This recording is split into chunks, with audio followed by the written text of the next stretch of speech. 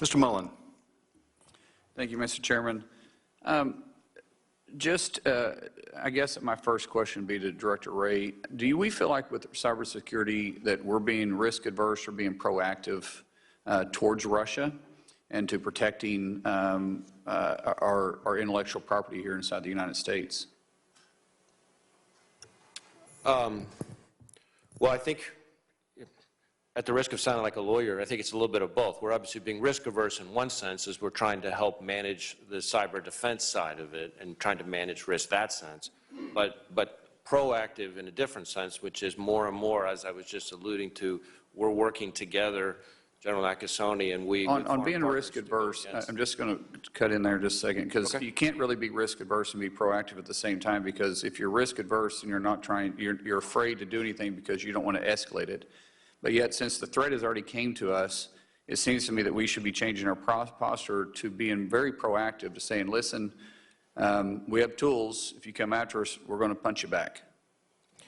So are we in that area? So in that sense, I think we are leaning further and further in all the time in our efforts to go after our adversaries through a variety of means. Some of what you're getting at is more cyber offense. So we are being better proactive. In General Nakasone's lane, so right. I'll defer to him on that one. But we are being proactive? I got other questions I want to get to. I don't want to spend too much time on this, but. So, Congressman, this is on the cybercom side, this is what we do with persistent engagement every day. This is engaging our adversaries. This is understanding where their infrastructure is, understanding what they're doing, and then keeping tabs on them. Well, didn't actually say yes on the proactive part. What about with the escalation of Russia itself? Or do we feel like we're being a little risk adverse and responding to their threats by willing to escalate the war? Or are we beginning to take a proactive posture with ourselves? Happy to start. From my perspective, we're not being risk averse in the sense that we've enacted, obviously, the United States has enacted significant sanctions, and from the intelligence community perspective, we've indicated that. But sanctions are one thing, but at the same time, we're still importing, 700,000 barrels of oil a day. And if the reports are correct, we sent individuals to Venezuela this weekend too, to see if we could, maybe strike a deal to be able to purchase oil from them. Yet the president of Venezuela is one of, it's literally has the strongest ties to Putin in Latin America. Is that really being proactive in that case? I guess, sir, there's probably an intelligence community question in there, and I just haven't figured out what it is, in the sense that that's... Well, if we're posturing, what I'm saying is, if we're posturing ourselves right now from the intelligence gathering, because you guys gathered a tremendous amount of information, and you guys were spot on. Commend you on that. But now the wars went to a different level.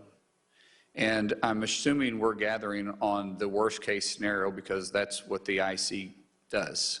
We are looking at the worst cases.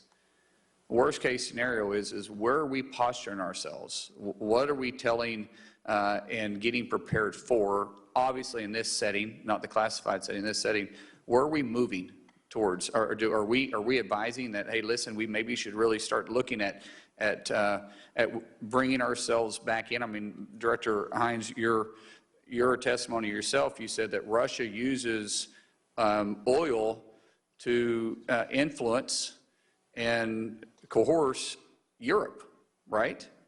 But yet, are we not afraid that same thing can happen to the United States when we've seen a 40% increase this year alone on our dependency on Putin oil to begin with?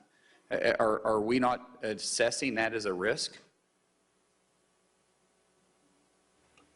So I think it's absolutely accurate that we assess that Russia engages in coercion through their policies, both with respect to energy and other tools that they have available to them.